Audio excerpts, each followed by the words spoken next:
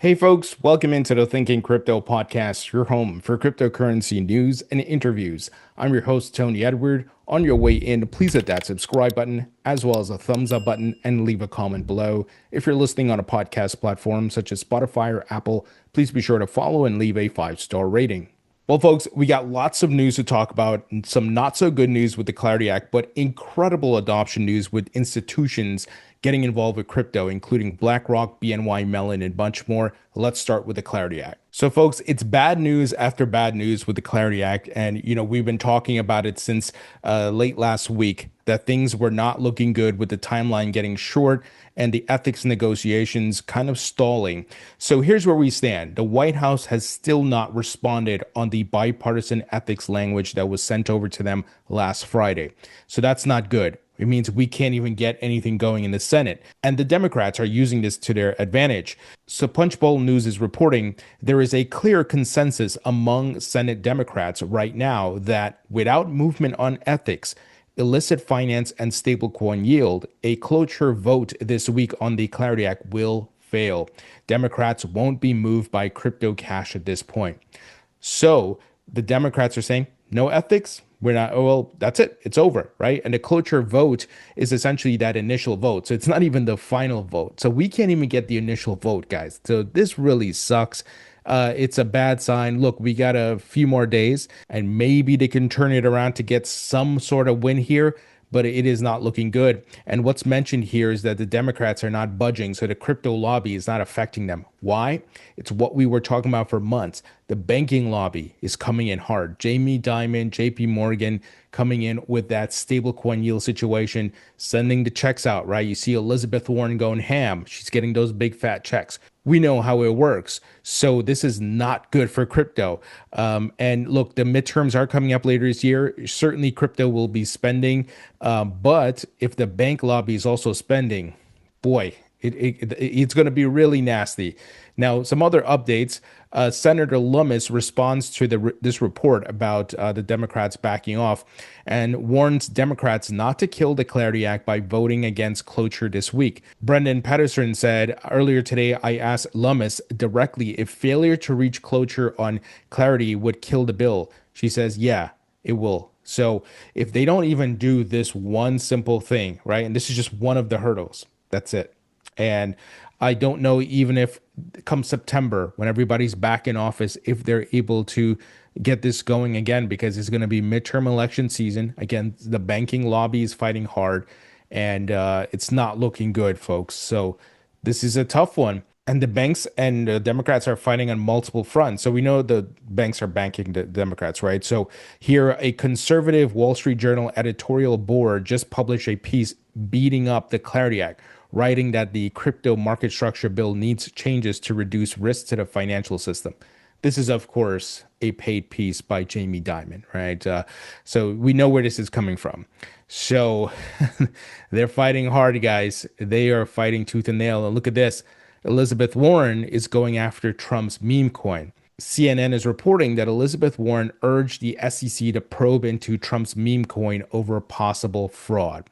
Now, from day one, I've been saying this is not a good thing. I don't care if you're conservative, Republican, independent. We all know this is not a good thing. And this should not have been something that President Trump and the First Lady should have launched, right? They both had coins. And it's just a horrible look. And now their political opponents are using it against them. And now it's being used as a hurdle to block the Clarity Act. So this puts us in a very difficult situation. Look, I've often stated I'm an independent. I think it's important for people to hear that, because sometimes if I criticize one side or the other or both, people get very triggered, right? How dare you criticize this person or this party? And it's like, bro, I'm calling balls and strikes here. I'm an independent, so I'm actually the most neutral party here, because I'm not trying to root for any party in particular or go against any party in particular. I'm just calling it like I see it. And this really, really sucks. So this meme coin thing has come back to hurt us big time with the Clarity Act. And many of you have heard me ramble and complain about this thing for over a year now. And here it is, right? This is one of the reasons why I was saying this is not a good thing, man. But here's where we're at. The White House hasn't addressed it as yet. Hopefully we hear something by the end of today or tomorrow. and hopefully they're able to do the cloture vote in the Senate. That would be ideal, but time is running out, and we'll see where things go. Now, this is some interesting news. A US FBI intelligence agent arrested in connection with theft of $1 million in crypto. The agent, who had top secret clearance and worked in FBI headquarters, was accused of taking crypto from wallets the agency had investigated. So remember, over the years, these agencies have been seizing crypto from bad actors and much more. But it looks like some bad actors at those agencies were stealing crypto, but obviously he's been caught. So the high-level special agent, identified as Patrick Stephen Yarmock, allegedly turned himself into the agency colleagues, reporting that he dug crypto keys from the FBI systems to make as many as a dozen transfers to himself from accounts tied to foreign individuals he'd investigated, according to an August 1st account filed with the U.S. District Court for the Eastern District of Virginia. Now, many of you know, when you steal crypto funds, it can easily be tracked versus if you stole gold bars or cash, right? Because it's all on the blockchain. You can see it. It's transparent. So it's a bad idea to try to do nefarious or bad activities with crypto because it's going to be easily found. So this guy got busted big time. But you know, this is human nature. You're going to have bad actors in everywhere, in every level of society, but it's good that they found him and putting him to justice here. Now, folks, huge TradFi adoption news. We're going to talk first about BNY Mellon. So BNY Mellon is the largest custodial bank in the world, America's oldest bank. So Galaxy Digital and BNY partnered to bring institutional staking to BNY's digital asset custody platform, combining custody, fund accounting, and staking rewards in a single servicing model for institutional clients. Not retail, institutional clients. The big money, allowing wealthy individuals and institutions to park their money in these protocols and earn staking rewards just like you can. So this is incredible news. This is massive adoption. You're seeing the biggest of the biggest institutions getting involved here. And part of, them building here, many of them are trying to catch up. And maybe this is part of Jamie Dimon's plan. We were talking about earlier with JP Morgan that stall the Clarity Act so we can catch up and then you'll pass it, right? Then we'll let it pass because we know that the Clarity Act will give us the ability to do a lot more. But right now they're behind the curve because the native crypto firms and a lot of the forward-thinking companies like BlackRock and others who are first to the market with crypto products, are ahead. So this is a big move, guys. Don't miss how big this is. These banks are offering custody, the ability to trade the assets, to stake the assets, and they're going to do all the white glove services. We talked a lot about it over the years, right? All the bells and whistles, the moving parts and components that exist for traditional assets are being set up here. So BNY, formerly known as Bank of New York Mellon, has steadily expanded its digital asset business since launching crypto custody services in 2022. The bank oversees tens of trillions of dollars in assets under custody and administration, making its move into blockchain infrastructure closely watched across the financial industry. So as always, game theory will play out when you have big moves like this. The other guys are going to be in their boardrooms meeting, hey, we got to catch up. We got to get our digital asset strategy together. And, staking is a huge part of crypto. I personally stake with ETH, Cardano, Algorand, and others, Solana as well. And it's a great way to earn passive income. It's something I do in the bear market. So in this entire bear market, I've been staking a lot more of my ETH and other coins. And folks, a great platform you can do that is on Fortis X. So quick word from them. This episode is brought to you by Fortis X. Guys, let's be honest, the crypto market has been moving sideways for a while now. A lot of people are just sitting on their coins, waiting for the next big move. But while you're waiting, your crypto is just sitting in your wallet doing absolutely nothing. That's why I want to mention one of my longtime partners, Fortis X. Instead of just letting your assets sit idle, you can put supported cryptocurrencies into Fortis X liquidity pools and earn daily rewards while still keeping the flexibility to withdraw whenever you want. One of the reasons I've continued working with them is because they keep delivering. The team is public. They've successfully completed Cyberscope team verification, KYC, passed independent security audits, and the platform has been building consistently for years.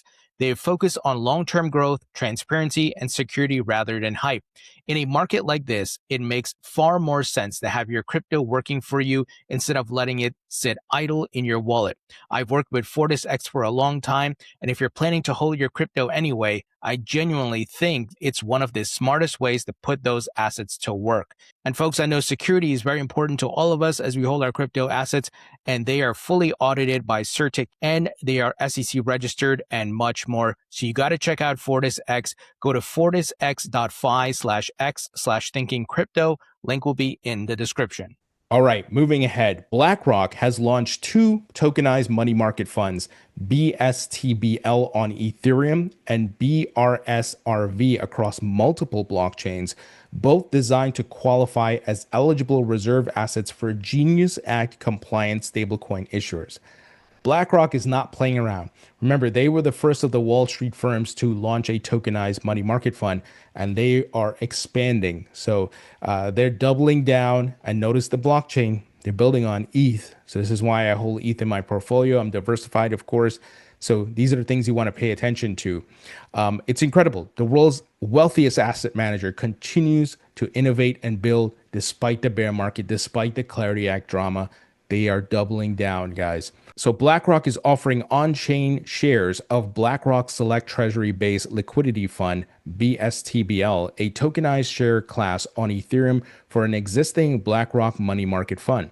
In addition, a new BlackRock daily reinvestment stablecoin reserve vehicle, BRSRV, has also been unveiled with daily dividend reinvestment and across multiple blockchains, said BlackRock in a press release. So this move deepens BlackRock's push into tokenized finance, blockchain-based representations of traditional financial assets such as funds, bonds, or equities. Advocates say the technology can speed up settlement, enable round-the-clock trading, and improve transparency. Of course, these are the benefits of blockchain tech, which we've been talking about for years. And now TradFi, they've had their aha moment, and now they're building with the technology.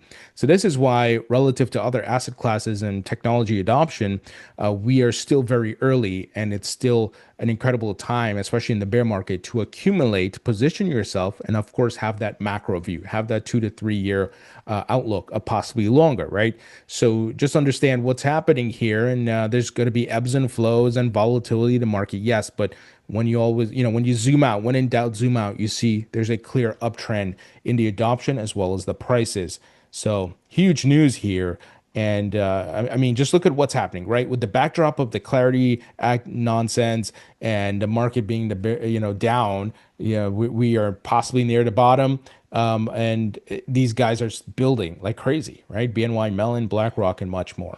All right, we have some Ripple news. So Ripple invests in transfer agency firm ZILO and tokenization platform Licuido, adding regulated issuance and collateral infrastructure to the XRP Ledger. Huge adoption news here for the XRP Ledger.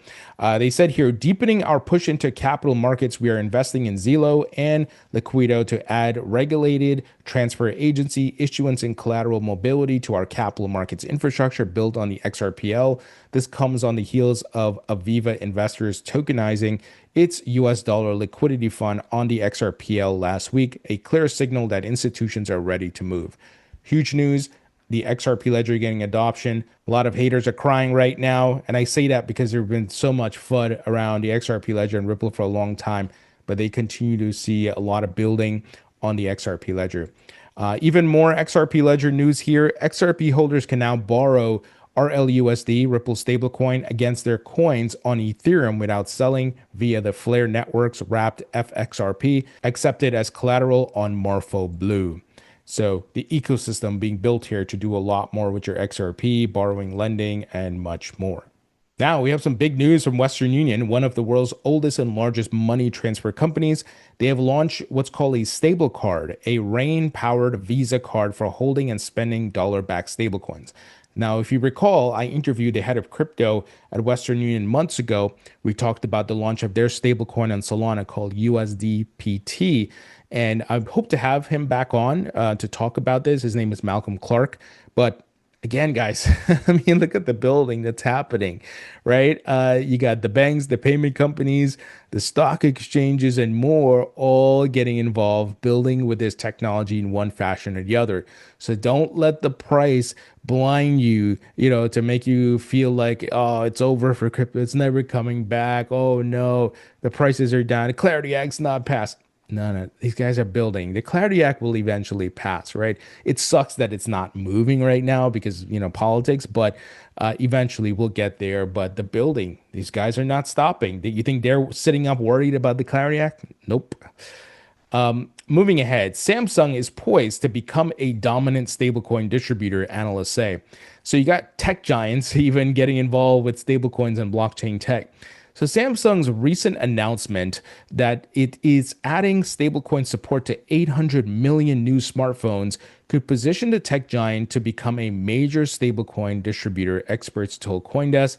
This is not Samsung's first venture into cryptocurrencies. Samsung, the largest company in South Korea, has been actively involved in the crypto industry for several years, having introduced its digital asset wallet in 2019 through Knox, a hardware isolated vault with fingerprint or PIN access.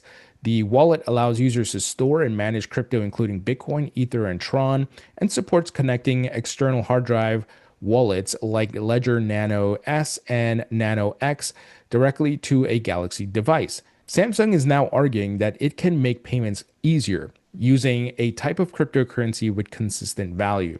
Due to its strategic move, Samsung will emerge as a dominant distributor of stablecoins such as USDC, said Joseph Go, director and head of Asia Pacific at crypto investment banking and advisory firm Aretha. This is the infrastructure, the pipeline, and all these things being set up for mass adoption, guys. There are, millions of possibly billions of users of these Samsung phones, right? And you can imagine Apple's looking at this and saying, okay, what is our move? So you're going to see stable coins and blockchain tech in different tech sectors and different parts of the economy and much more. So all these things, all roads lead to more adoption, more usage of this technology. Now, Robinhood wins UK crypto registration before a new regulatory regime kicks off. So I've had quite a few folks on Robinhood on, even Vlad Tenev, I've interviewed him. And I recently interviewed the head of crypto at Robinhood, and that interview should be published either later this week or next week. And they've been doing a lot with Robinhood Chain and much more, and they continue to expand globally, getting their licenses. So it's an arms race, guys. Everybody's trying to get as much market share as possible, get their licenses, set up shop, because eventually, like I said, these regulations are going to be passed and the infrastructure is going to be set up, and this asset class is just going to continue to grow and mature. And it's what we've been talking about for years. Blockchain rails are going to power the capital markets, the economies, and government. So they were able to register here in the UK, and I'm sure they're looking at other jurisdictions and markets as well. All right, final news item. MicroStrategy, they continue to sell Bitcoin. So Michael Saylor going back against all the things he said for years. And in fact, he had to put out a tweet saying, when I say I'd never sell your Bitcoin, I speak as one saver to another. I've never sold mine, not one Satoshi. Strategy is a public company, not my wallet. Since 2020, it has disclosed it may buy or sell Bitcoin to manage capital. Our shared conviction in Bitcoin remains unchanged. So he's getting trolled and rightfully called out because this is certainly BS. For years, the man said strategy would not sell, right? So he lied. And I don't have a problem with them selling. I mean, there's other people selling right now.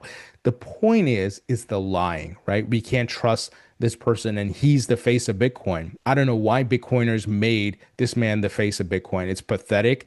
It's completely contrary to Satoshi's vision. Satoshi, whoever he, she, they are, disappeared, anonymous, right? Now, these Bitcoiners looking for some messiah, propped up Michael Saylor as a god, and now he's dumping on them, right? Again, not necessarily an issue, just he lied and telling people don't sell, strategy will never sell, putting out AI slop over the years on X and much more. I've done videos on it, but it's pathetic, and he's getting destroyed on social media, rightfully so, because he just lied. He should have came out and said, look, in the first place, just be upfront. Hey, I personally am not sold. I know I've said the company would not sell, but due to XX reasons and so forth, we have to. But instead, he kept lying. I never said the company wouldn't sell. And it's like, bro, we have the internet, we have videos. It's all online, you idiot. So if he was upfront and honest, I think even myself, I wouldn't be like, okay, you know what? He had to pivot, but at least he's being honest. But he kept lying. And I think people don't like that, right? We don't, especially when they prop this guy up as the savior of Bitcoin or whatever it is. It's pathetic. Anyway, I digress. That's the news, folks. Let me know what you think. Leave your thoughts and comments below. I know the Clarity Act news is a bummer, but let's see if they're able to get anything done. If not, we'll have to see what the insiders at Washington, D.C. say, and I'll bring them on the podcast because could they pull off a miracle before the midterm elections, come September? Maybe. But right now, not looking too good, but we'll have to wait and see. So let me know what you guys think. Leave your thoughts and comments below. Hit the thumbs up button. Subscribe if you haven't as yet. Be sure to subscribe to my free email newsletter on Substack, folks. It's 100% free. Link will be in the description. Check out my book on Amazon. It's available in paperback and digital. Grab a copy. And check out my course at mycryptocourse.com. This is a comprehensive course that teaches you everything you need to know about crypto. Folks, thank you so much for tuning in. I appreciate you all, and I'll talk to you all later.